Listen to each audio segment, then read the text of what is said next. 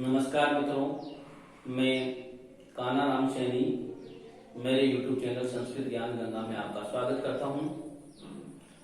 अक्ष संधि प्रकरण हम पढ़ रहे थे और अक्ष संधि प्रकरण में हमने अब तक यण संधि, अयादि संधि और गुण संधि का विस्तृत अध्ययन कर लिया था। उसके बाद हम वृद्धि संधि का अध्ययन कर रहे थे और वृद्धि संधि में हमने अब तक 3-4 सूत्रों का अध्ययन कर लिया था। पिछले वीडियो में हमने अक्षार कुहीन्याम उपसंख्यानम इस वार्तिक तक हमने अध्ययन कर लिया था। उसके बाद में लघु सिद्धांत कौमुदी में जो वार्तिक दी गई है वो है प्रादु होडो डे शेषेषु। तो उस वार्तिक से हम अध्ययन आज करेंगे। तो जो वार्तिक दी गई है वो है प्रादु होडो डे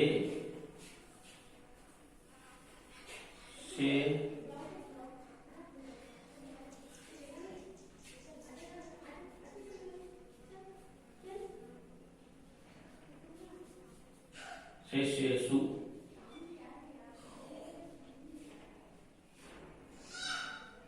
ये वार्तिक दी गई है।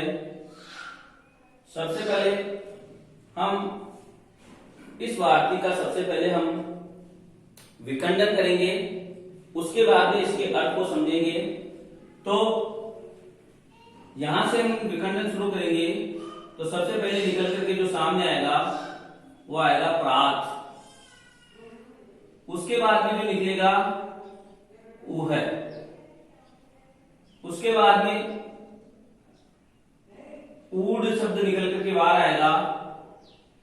उसके बाद में ऊडी शब्द निकल करके बाहर आएगा। उसके बाद में एस और फिर एस से सु। इन सब शब्दों से मिलकर के ये वार्तिक बनी है। प्रात, फिर है ओ है, ऊड है, फिर ऊडी है, फिर एस है और फिर अंत में एस से सु। यदि हम इन सबको मिलाएंगे तो ये वार्तिक बन जाएगी। तो ये इस वार्तिक का अर्थ है कि प्रात यानी पर उपसर्ग के बाद यदि ऊ है, ऊड, ऊडी, एस है और एस से यदि इन शब्दों का प्रयोग हो तो पूर्व और पर वर्ण के स्थान पर वृद्धि रेखादेश हो। इस वार्तिक की आवश्यकता क्यों पड़ी? तो उसका जवाब हमें यहां मिलेगा कि हम पहला ही शब्द जो रूप सिद्धि है वो बनाते हैं। तो प्र उपसर्ग पूर्वक ऊह लेंगे हम। तो हम देखेंगे कि प्र के अंतर्गत प्र उपसर्ग के अंतर्गत ए आ रहा है और उसके बाद में ऊ आ रहा है। तो दोनों के स्थान पर गुण संधि हमें प्राप्त हो जाएगी। ए और ऊ मिलकर के ओ आदेश होने लगेगा। परंतु यहां पर गुण संधि न होकर के कात्यायन जी द्वारा वृद्धि संधि करवानी थी, क्योंकि वृद्धि संधि का ही शब्द प्रचलित था। तो यहां पर वृद्धि संधि करने के लिए इस वार्तिक का निर्माण किया गया है कि यहां पर गुण न होकर के वृद्धि संधि हो, इसलिए इस वार्तिक को कहा गया है। तो अब इस वार्तिक के द्वारा यहां पर अ और ऊ मिलकर के गुण न होकर के वृद्धि होगा। इस प्रकार जो शब्द है ये गुण संधि का अपवाद है। गुण संधि का अपवाद। यह गुण संधि का अपवाद इसलिए है क्योंकि ए और उ मिलकर के ओ गुण प्राप्त हो रहा था, लेकिन यहाँ पर ए और उ मिलकर के वृद्धि एकादेश होगा, इसलिए यह जो शब्द है यह गुण संधि का अपवाद है। अब हम यहाँ पर देखेंगे तो प्र का यदि मैं विखंडन करूं तो पहले निकलेगा, उसके अंदर र है आधा और र के अंतर्गत ए है। इस प्रकार से प्र का मैंने विखंडन कर लिया, उसके बाद में उ ऐसा है। यदि हम इसको मिलाएंगे तो प्र प्लस ओह बनेगा, परंतु मैंने समझाने की दृष्टि से मैंने इसका विखंडन करके लिखा है। अब जो हमारा सूत्र कहता है, हमारी जो वार्तिक कहती है कि यदि प्र उपसर्ग के बाद में वह शब्द हो तो पर वाला वर्ण और पूर्व वाला वर्ण और पर वाले वर्ण के स्थान पर वृद्धि एकादेश हो, तो पूर्व वाला वर्ण है ए और पर वाला वर्ण है उ, इन दोनों के स्थान पर वृद्धि एक आदेश करना है। वृद्धि एक आदेश करना है हमें पता है कि पाणिनि जी ने आ, आई और औ इन तीन वर्णों की वृद्धि संज्ञा की है। इन तीन वर्णों को वृद्धि कहा है पाणिनि जी ने। तो ए और उ इन दोनों के स्थान पे इन तीनों में से कौन सा आदेश करें, यह समस्या उत्पन्न हो जाती है। इस समस्या के निदान के लिए एक परिभाषा सूत्र है स्थानीय अंतरतम। स्थानीय अंतरतम ये परिभाषा सूत्र आता है और इस समस्या का निदान करता है। यह सूत्र कहता है, परिभाषा सूत्र, कि ऐसा प्रसंग होने पर जो सदृशतम वर्ण होगा वो ही आदेश होगा।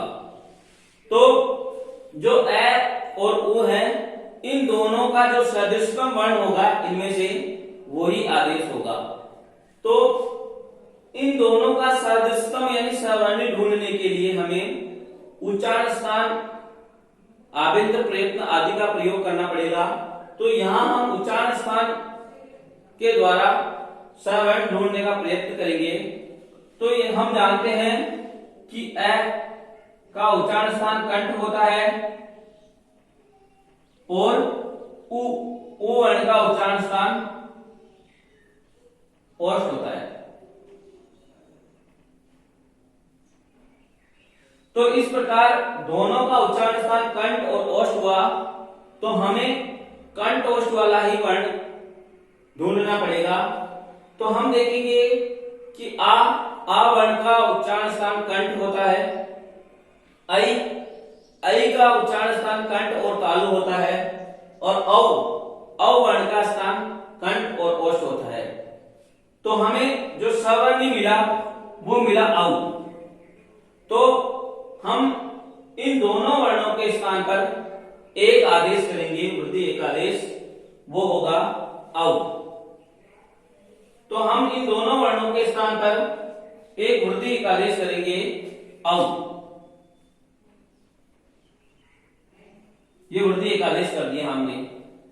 अब स्थिति हमारे पास में ये हो गई कि प आधा है, र भी आधा है, ए और उ के स्थान पे हमने औ वृद्धि एक आदेश कर दिया था। उसके बाद में इस आगे बचा है और विसर्ग। अब यदि हम मिलाएंगे इसको तो प, र और ओ मिलकर के प्रो बन जाएगा और आगे है और विसर्ग। इस प्रकार से प्रो है ये रूप बनता है। प्रो शब्द का अर्थ होता है उत्तम, तर्क करने वाला। इस प्रकार से हमें यहां ध्यान रखना होगा कि जो प्रो है, जो शब्द बना है वह प्र प्लस उ है, इन दो शब्दों से मिलकर के बना है। और यहां पर जो संधि है वह वृद्धि संधि है। ये जो शब्द है ये गुण का अपवाद शब्द है, और जो यहाँ पर जो संधि हुई है वृद्धि वो इस वार्तिक के द्वारा हुई है। हमें इतनी बातें ध्यान रखनी पड़ेगी। इसके बाद में जो आगे जो प्र उपसर्ग के बाद में ऊड शब्द को रूप बना करके हम देखेंगे तो प्र प्लस ऊड ये स्थिति होगी। प्र को मैं वापस वही ऐसे ही समझाने के लिए खोल करके लिखूंगा, प आधा, र भी आधा और ए, फिर उसके बाद में उ, ड और विसर्ग। अब वार्तिक के अनुसार हम पूर्व और पर वाले वर्ण के स्थान पर वृद्धि एकादेश करेंगे, तो पूर्व वाला वर्ण हमें मिला ए और पर वाला वर्ण मिला उ। इन दोनों के स्थान पर हम वृद्धि एकादेश करेंगे, तो हमने पहले ही समझ लिया ए और उ इन दोनों वर्णों का सवर्णी वर्ण है औ, यही आदेश होगा। तो हमने औ आदेश कर दिया। अब जो स्थिति बची वह है प आधा है, र आधा है, ए और उ के स्थान पे हमने औ आदेश कर दिया, और आगे बचा ड और विसर्ग। अब यदि हम यहां पर मिलाएंगे तो जो हमारा रूप बनेगा प, र और औ मिलकर के प्रोग हो जाएगा, और आगे ड और विसर्ग है। इस प्रकार प्रौढ़ ऐसा रूप हमारा बनेगा। प्रौढ़ शब्द का अर्थ होता है बड़ा हुआ, बड़ा हुआ। प्रौढ़ शब्द का अर्थ होता है बड़ा हुआ। प्रौढ़ शब्द का यदि संधि विच्छेद करेंगे प्र प्लस उड होगा, और यहां पर जो संधि होगी वो वृद्धि संधि होगी। गुण संधि का अपवाद है यह भी गुण संधि का अपवाद है, क्योंकि यहां पर भी गुण संधि प्राप्त हो रही थी ए और उ मिलकर के, लेकिन यहां पर गुण संधि न होकर के वृद्धि संधि हुई है, और किस वार्तिक के द्वारा हुई है, तो हमें उत्तर देना होगा प्रादु होडो डिडेशु, इस वार्तिक के द्वारा यहां पर वृद्धि संधि हुई है। इसके बाद में हमने प्र के बाद में उह ले लिया, उड ले लिया, उडी लेकर के देखते हैं। प्र प्लस उडी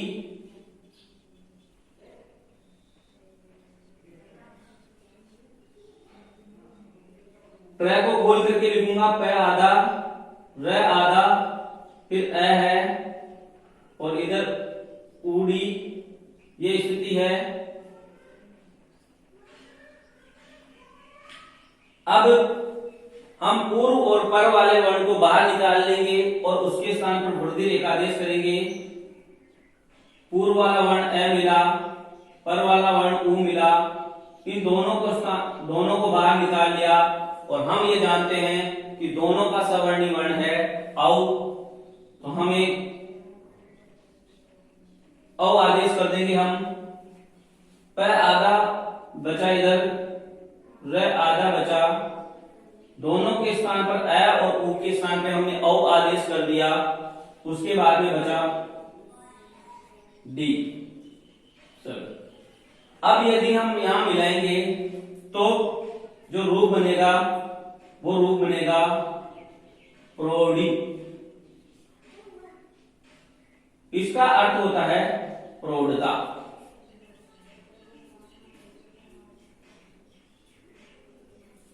इसका अर्थ होता है प्रौढ़ता। इस प्रकार जो ये तीनों जो शब्द बने, प्रो है, प्रौढ़ है और प्रौढ़ी, इन तीनों ही वर्णों, इन तीनों ही शब्दों में वृद्धि संधि है। ये तीनों ही शब्द गुण के अपवाद हैं। इनमें गुण प्राप्त हो रहा था, परंतु इस वार्तिक के द्वारा यहाँ पर गुण न होकर के वृद्धि संधि हुई है। ये हमें ध्यान रखना है। इसके बाद में प्रय उपसर्ग के बाद में इस को बना करके हम देखते हैं तो प्र उपसर्ग है और उसके बाद में एस यदि ये शब्द हो तो अब हम देखते हैं कि यहां अ है, वही खोल करके लिखता हूं, प र आधा है, उसके बाद में अ है, उसके बाद में ए है, उसके बाद में स है और विसर्ग है। हम देखेंगे कि अ प्लस ए मिलकर के पूर्व रूप हो रहा था, यहां पर रूप संधि हो रहा था एंगी पर रूपम से। एंगी पर रूपम सूत्र से यहां अ और ए मिलकर के पर रूप संधि हो रही थी, लेकिन इस वार्तिक के द्वारा यहां पर रूप संधि न होकर के वर्दी संधि होगी इस वार्तिक के द्वारा। तो यह पर रूप संधि का अपवाद है।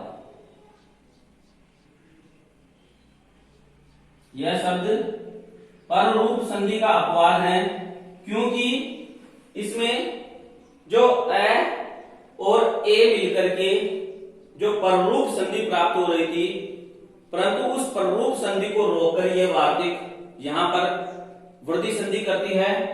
तो हम पूर्व वाला वर्ण ढूंढेंगे अ, पूर्व वाला वर्ण है अ और पर वाला वर्ण है ए। अब दोनों के स्थान पे हमें वृद्धि रेखादेश करना है और हमें ध्यान है कि वृद्धि पाणिनि जी ने 3 कहा है, 3 वर्णों को वृद्धि कहा है, आ, आई और औ। इन 3 वर्णों को पाणिनि जी ने वृद्धि कहा है। आपको ये ध्यान रखना चाहिए कि पाणिनि जी ने कहीं भी आर को वृद्धि नहीं कहा है, आर को वृद्धि नहीं कहा है, आ को ही वृद्धि कहा है। तो आपको ये ध्यान रखना चाहिए कि आर की वृद्धि संज्ञा नहीं होती, आ की ही वृद्धि संज्ञा होती है। तो जो अब हम इन तीनों वर्णों में से प्राप्त हो जाएंगे, तीनों वर्णों में से कौन सा वर्ण हम इन दोनों के स्थान पे करें, अ और ए के स्थान पर, तो हम वही स्थानीय अंतरतम सूत्र आएगा और उस सूत्र के द्वारा हम इन दोनों का सवर्णी ढूंढेंगे और वही आदेश करेंगे। तो हम जानते हैं अ का उच्चारण स्थान तो कंठ होता है और ए का उच्चारण स्थान होता है तालु। ए का उच्चारण स्थान होता है तालु। तो अब हमें कंठ और तालु वाला ही वर्ण ढूंढना पड़ेगा इन तीनों में से। तो आ है, उसका उच्चारण स्थान कंठ होता है, आई होता है, उसका उच्चारण स्थान कंठ तालु होता है, और ओ है, औ है, उसका उच्चारण स्थान कंठ और ओष्ठ होता है। तो आई जो वर्ण है यह हमें इन दोनों वर्णों का सवर्णी मिला, अ का और ए का, क्योंकि जो आई वर्ण है वो भी कंठ तालु उच्चारण स्थान वाला है और अ और ए ये भी कंठ तालु उच्चारण स्थान वाले हैं। तो हम जो आदेश होगा वो होगा आई इन दोनों के स्थान पर। अब स्थिति यह हो गई कि प आधा है, उसके बाद में र आधा है और इधर अ और ए मिलकर के आई आदेश कर दिया और बाद में बचा स और विसर्ग। यदि हम इसको यहां पर मिलाएंगे तो प र और ए आई मिलकर के प्राई ये बन जाएगा और आगे बंदे जो बचा है वो लिख देंगे प्रेस है, प्रेस है। ये हमारे रूप सिद्ध होगा प्रेस बन करके। यदि हम इसका अर्थ देखते हैं तो इसका अर्थ होता है प्रेरणा। तो यहां पर हमें 3 बातें ध्यान रखनी होगी कि प्रेस है, प्रेस में कौन सी संधि है, वृद्धि संधि है। इसका संधि विच्छेद क्या होगा, प्र प्लस एस है। यहां पर वृद्धि किस वार्तिक के द्वारा हुई, तो ये वार्तिक ये है प्रादु और डिडेशु।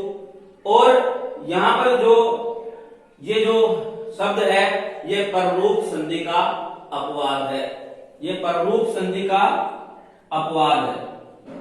ये हमें ध्यान रखना होगा। इस प्रकार ये हमने चार शब्दों का अर्थ, चार शब्दों की रूप सिद्धि देखी। उसके बाद में एक और शब्द है प्रसर्ग के बाद में यदि एस से हो,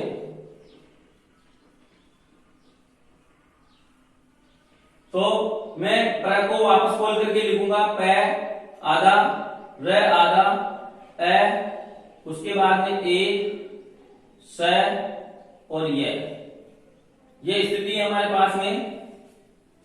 अब पूर्व वाले वर्ण और पर वाले वर्ण दोनों के स्थान पे हम वर्धित एकादेश करेंगे। तो पूर्व वाला वर्ण मिला ए और पर वाला वर्ण मिला हमें ए। दोनों के स्थान पर वर्धित एकादेश होगा ऐ, क्योंकि दोनों का सवर्णी जो वर्ण है वह उच्चारण स्थान की दृष्टि से ऐ है।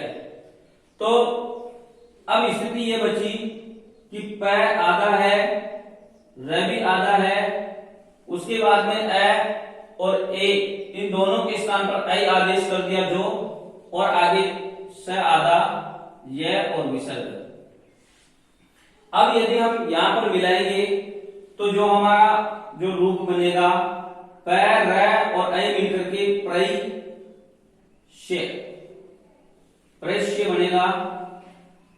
प्रैश्य शब्द का अर्थ होता है प्रेरणीय।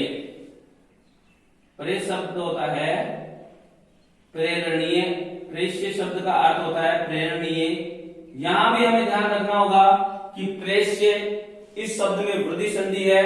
इसका जो संधि विच्छेद होता है प्र प्लस एष्य होता है, और यह संधि, यह जो शब्द है यह भी पररूप संधि का अपवाद है।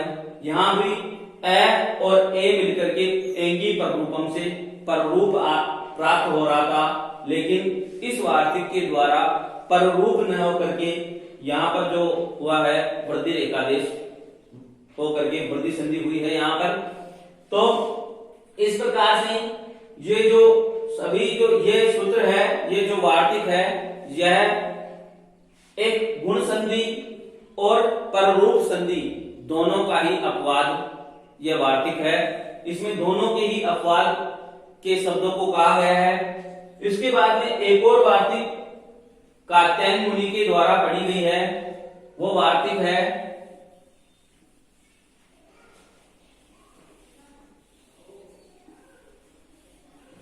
ऋतेच तृतीया समासित। ये वार्तिक है जो इस वार्तिक के तुरंत बाद में लघु सिद्धांत कौमुदी में पढ़ी गई है। वो वार्तिक है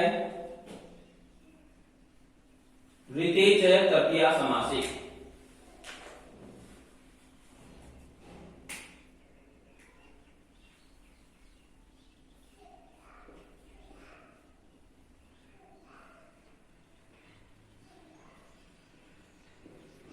ऋतेच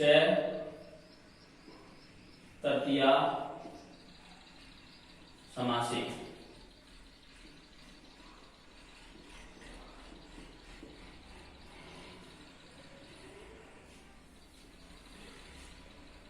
इस वार्तिक के अंतर्गत आठ इस शब्द की अनुवर्ती आएगी, और इस वार्तिक का अर्थ होगा कि यदि अ वर्ण के बाद में, यदि अ वर्ण के बाद में ऋते ये शब्द पढ़ा जाए तो पूर्व वाला वर्ण और पर वाला वर्ण दोनों के स्थान पर वर्धित एकादेश होगा। यहां पर जो हमें स्थिति दी हुई है, परंतु वो जो होगा, जो शब्द होगा वो तृतीया समास से युक्त होना चाहिए। तो हमें जो समझने के लिए हम पहले इसका मूल रूप ही लेते हैं सुकेन ऋत। यह हमारे पास शब्द है सुकेन ऋत। ये जो सुख है यह तृतीया विभक्ति एक वचन का रूप है सुकेन, और ऋत में प्रथमा विभक्ति एक वचन है। तो इस प्रकार यहां पर जो तृतीयांत पद है सुकेन, इस तृतीयांत पद का वितय इस शब्द से समास हुआ है। तो ये जो सुकेन है, यह इस प्रकार ये जो शब्द बनेगा वो तृतीया तत्पुरुष समास का शब्द बनेगा। तो यहां पर जो समास होता है वो समास होता है, एक सूत्र होता है समास में, तृतीया तत्कृतार्थेन, तृतीया तत्कृतार्थेन गुणवचने।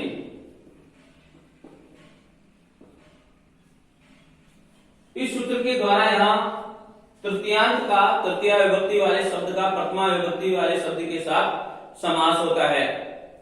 तो स्थिति हमारे पास में ऐसी है कि यहाँ तृतीया विभक्ति का एक वचन है, तो जो मूल शब्द था वो सुख था, और हम जानते हैं तृतीया विभक्ति एक वचन में जो प्रत्येक काम में लिया जाता है वो टा लिया जाता है, और उसके बाद में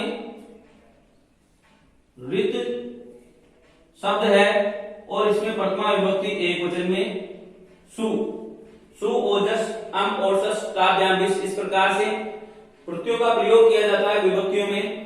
तो जो सुख था उसमें टा प्रत्यय बनकर के सुकेन बना है, और रित है, इसमें रित में सु प्रत्यय लग करके रितय बना है। इस प्रकार ये स्थिति है हमारे पास में। तो जो यहाँ पर एक सूत्र लागू होगा वो सूत्र होगा सुपो धातु प्रातिपदिक योग, सुपो धातु प्रातिपदिक योग।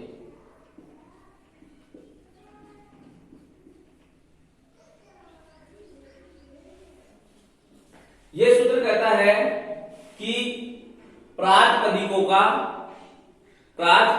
का सुप का लुप होए, समास होने पर सुप का लुप हो जाए, यानी सु जो ये प्रत्यय है सुप प्रत्यय, टा भी सुप है और सु भी सुप है।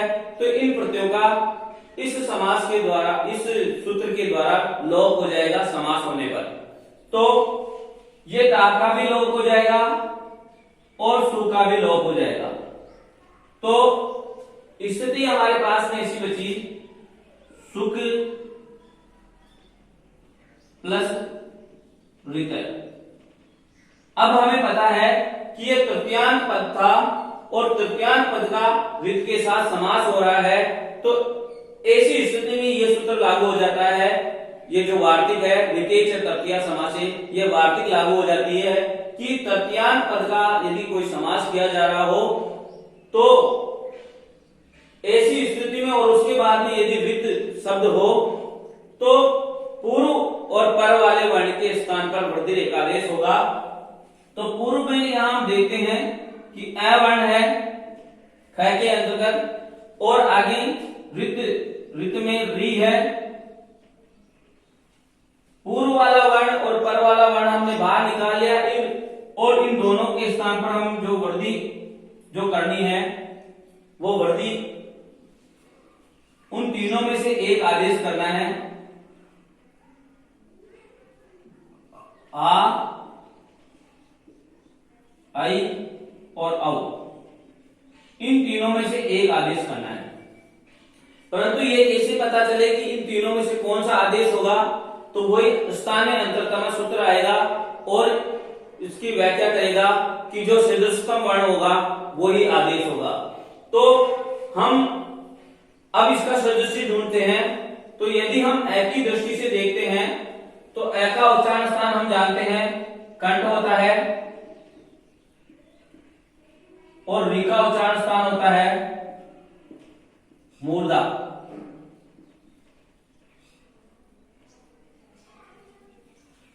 तो री का उच्चारण स्थान मूर्धा होता है, ए का उच्चारण स्थान कंठ होता है। तो दोनों ही वर्णों के आधार पर हम इनका स्वर्ण ढूंढेंगे। तो हम जानते हैं आ का उच्चारण स्थान कंठ होता है, ऐ का उच्चारण स्थान कंठ तालु होता है,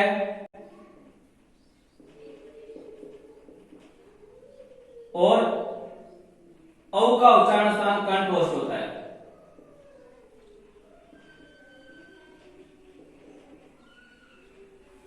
इस प्रकार से इनके उच्चारण स्थान होते हैं। तो हम एक की दृष्टि से देखेंगे तो एक की दृष्टि से जो कंठ उच्चारण स्थान है यहां भी मिल रहा है, यहां भी मिल रहा है, यहां भी मिल रहा है। हम निश्चित नहीं कर पाएंगे कि कौन सा वर्ण सवर्णी ले। इसके बाद में हम री की दृष्टि से देखेंगे तो री यहां भी नहीं मिल रहा, री की दृष्टि से मूर्धा, यहां भी नहीं मिल रहा मूर्धा और यहां भी नहीं मिल रहा मूर्धा। तो हम क्या करेंगे, क्योंकि हम यदि री की दृष्टि से लेंगे, ओ को ग्रहण करते हैं तो इसमें ये एक एक्स्ट्रा आ जाता है, अपवाद अगुण आ जाता है। और यदि हम आई को ग्रहण करते हैं तो ये तालु फिर अगुण ग्रहण, अगुण का ग्रहण होता है। परंतु यदि हम आई ग्रहण करते हैं तो कोई अगुण का ग्रहण नहीं होता। इस प्रकार इनका जो सदृशतम वर्ण है वो आ का ग्रहण होगा। इस प्रकार यहां पर आ वर्धित एकादेश हो जाएगा। तो यहां पर इन दोनों वर्णों का जो सवर्णी होगा वो आ ही होगा। अब यहां पर एक सूत्र लागू होता है उरण रकर।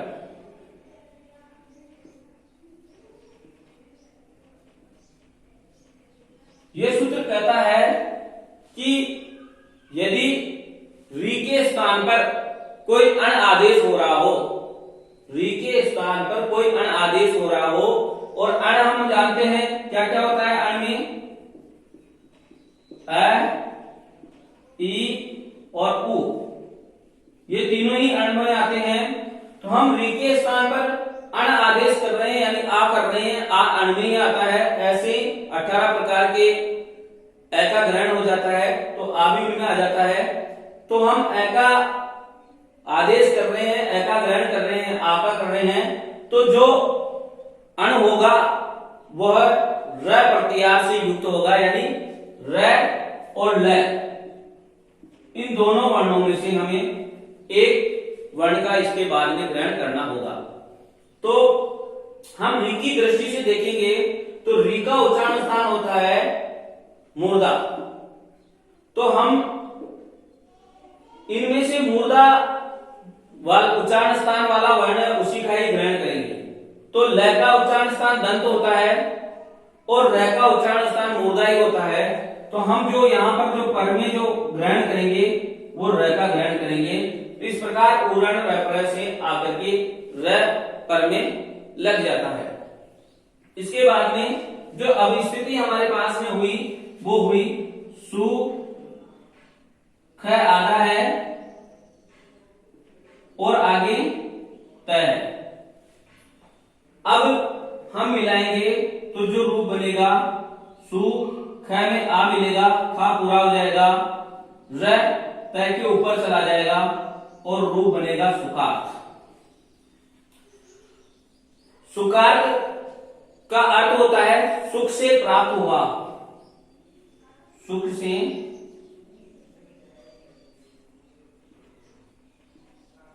प्राप्त हुआ।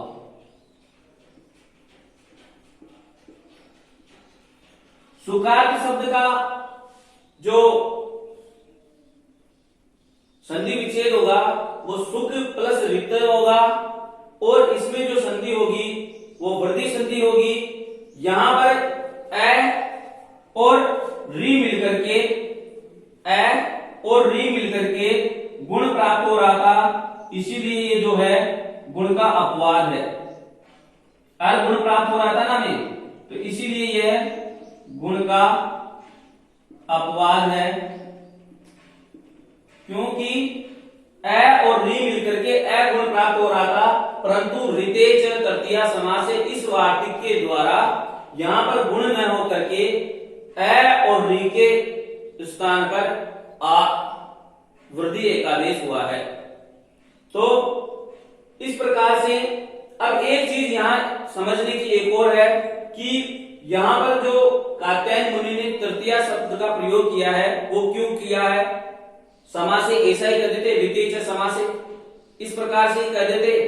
इसका उत्तर यह है कि एक शब्द बनता है परमार्थक, परम प्लस हृदय। ये शब्द ए और री मिलकर के अल होता है यहां पर गुण, और जो रूप बनता है वो परमार्थ है, ये रूप बनता है। तो इस रूप को सिद्ध करने के लिए कि यहां पर भी अगर समास से ऐसा ही कर देते तो परम प्लस हृदय यहां पर भी वृद्धि हो जाती और परमार्थ ऐसा स्वरूप बनने लग जाता। तो ऐसा नहीं होने देने के कारण यहां पर तृतीया शब्द का प्रयोग किया गया है।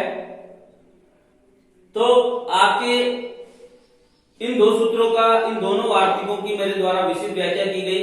यदि आपको ये वीडियो पसंद आया हो तो इस वीडियो को लाइक करें, शेयर करें और मेरे चैनल को सब्सक्राइब करें।